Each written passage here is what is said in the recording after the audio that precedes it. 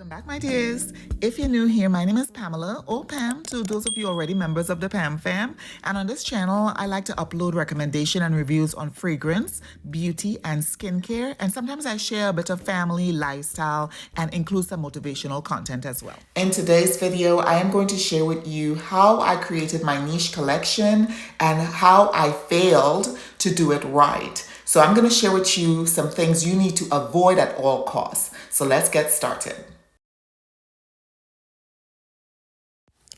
At the beginning of my journey, I think one of my problems is that I was creating a collection based out of what looks great together, as well as what it smelled like. But particularly, I wanted a whole bunch of fragrances from one particular house or one particular perfumer or one particular designer.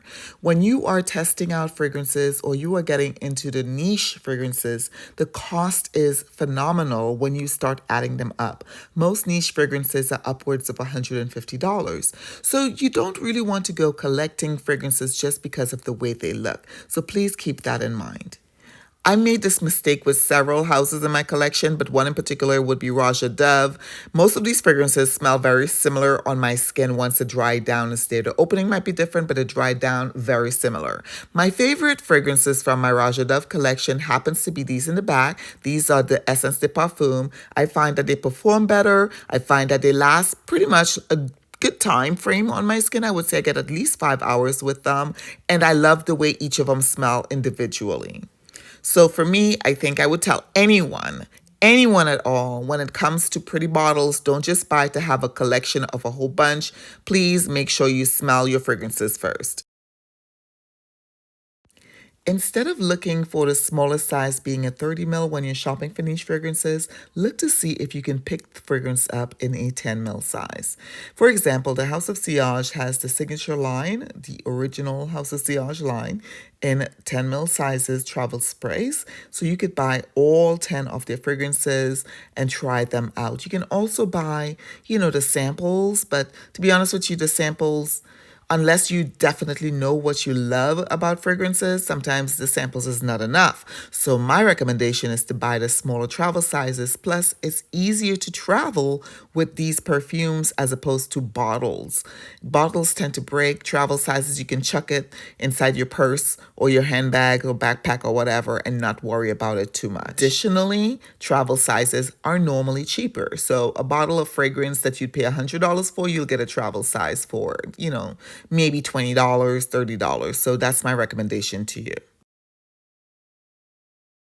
So my next piece of advice is to determine what you find pulls your sensibilities the most. What type of scents, florals, ambers, and then even with florals, what type of florals, green florals, bright florals, powdery florals, do you like sweet? Do you like to smell like you want to be eaten? That type of stuff. That's the gourmands. And then there are different types of gourmands as well. For me, I know that I'm a gourmand lover, so I tend to lean heavily on fragrances that have that sweet, gourmandy, effect, sexy for the most part. I will highly recommend the Perfume Aroma Gourmands. I have anyways, Batita de Ali, Aqua y Zucchero, Dolce Aqua, Dolces in Fondo, Sorriso, Ambre Avrea. So the Ambre Avrea is the most ambery fragrance out of the selection because I do happen to like amber fragrances, sweet amber fragrances. Sorriso has that nice boozy, sugary effect. Dolces in Fondo, extremely sweet. Dolce Aqua, a little more watery, a little more, summery. I sampled all of these before I purchased. That's how I knew I wanted these in my collection. Again, I am highly recommending that you figure out what type of scents you really like and not because I say to buy something or somebody else say to buy something or you see somebody's collection and you're like, oh, I'm a little, envious and I want that. No, buy what you love. Get out there, try sampling. You can even ask people if they're willing to, send you a little bit of fragrance. I know it comes up a little creepy to some people, but in my opinion, all they can say is no, right? If they don't want to. Another way for you to dive into niche fragrances is to try Arab fragrances, Arabian fragrances, Middle Eastern fragrances. You know, we call it all sorts of different names, but basically it's Middle Eastern fragrances. And I only have a few in my collection. All of mine are from Arabian Oud that I have in my collection. So my recommendation to you is to check out some other content creators that have a vast or huge Arabian collection and go from there if you're looking for recommendations on those, because I am not one that I don't really buy those fragrances like that. I don't have I don't know how to say it. I just don't want to duplicate. So if I have a fragrance, I don't see the need to buy the dupe of that fragrance because I already have that fragrance in my collection. You know what I mean? So that's kind of how I'm looking at it when it comes to my collection. Again, my perfume collection is a reflection of me, not what other people like and what other people don't like, etc. So that's how I look at niche fragrances, especially for the price point. Just because something costs $30 doesn't mean I'm going to buy it just because it costs $30. You know, if I get an opportunity to sniff it, I will. But for the most part, guys, I just kind of like what I like. And I find it hard to buy things that other people recommend without sniffing it first. One of the things you want to do is create like a budget. You want to figure out how many perfumes do I want to buy this year or this month, perhaps, do I want to just save up money and buy 2 bottles this month, or do I just want to go on a spree and buy 7 bottles? That kind of thought process. I think budgeting yourself is also very helpful when it comes to fragrances. When it comes to budgeting, I also put a little bit for decants in there, not just to purchase full bottles. I prefer to try fragrances before I buy, and that's why I've been implementing that, I would say, for the past 2 to 3 years. All of these are 10 mils. This size is 10 mils. And you can see I have Ani X. I have, what is this? Epico. Yeah.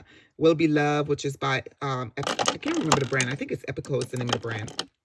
Then I've got here Fire at Will by Javoy.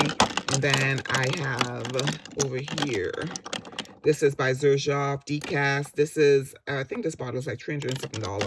So I get to experience so many different fragrances by budgeting and utilizing that budget for a decant. So let's say instead of a fragrance costing me $300 and I want a bottle that's $300, I could try like 15 different decants depending upon the size. I can buy the smaller sizes, 5 mils, I can buy 10 mils, and some people even decant in 3 mils. Another thing you want to take into consideration is like big companies like Raja Dove, niche companies. Those fragrance houses actually sell, I'm about to say sell smaller sizes. So these would probably be like $70. So instead of you paying $270 for the fragrance, you pay $70. Kilian also does that. I want to thank Kilian. Is it Kilian? Or is it, either Kilian or Maison Francis Kurkdjian did that. But a lot of niche fragrance houses give you the opportunity to purchase smaller sizes. Indie houses does that as well. I know that for a fact. Indie houses, a lot of them like to let you try before you buy, because you cannot really return indie fragrances since most indie brands are small brands. Now, I will say always, always, always leave a little room in your budget to buy things that may come up on surprise. Like I may decide to sell, let's just say, a bottle of Tiziana Terenzi for $90 when it's $300 and something in the store. That's a deal. So you could jump and scoop on that, right? So just kind of think about that when it comes to budgeting. I save, I would say, a couple of $100s every month to determine whether or not I want to buy perfumes. But after I counted how many perfumes I have in my collection that I really loved, I figured that I really don't need all of these. I do review fragrances, but it's not like I'm getting paid to review fragrances for the most part. So, it's not like it's paying my bills, okay? So at that point, I have to look at the fact that I review because I love it, which means that what I add to my collection has to be what I love and not what people want me to have in my collection. When you're putting your collection together, don't feel pressured when you see how much everyone else has. Remember to focus on you, focus what you think you like, what you think would be great for you in your collection. Don't just purchase something just because you want to say you have it in your collection, especially, and I mean especially, if it's a fragrance that just doesn't jive with you. I know it can be a little overwhelming when you're watching everybody showing their collection over and over and over, but I guarantee you, if you have a fragrance collection that you absolutely enjoy, that you absolutely love, you would prefer that more than just having a whole bunch of bottles that you just don't really care for that much. If this is your first time here, my name is Pamela, and I am grateful that you decided to hang out with me today as I talk about how to start your niche fragrance collection. Let me know if this video was helpful. Please comment down below if you have any suggestions on how I can improve on my platform. So, fragrance isn't going to be like my bread and butter per se, because it ain't at the moment, all right? But I do thank you for showing up with me today. Not subscribe to the channel. If you like this type of content, it's providing value to you, please consider subscribing and, joining the family. So my dears, thank you so much for hanging out with me today. Please take care of yourself, take care of each other, and I'll see you in the next video. Bye.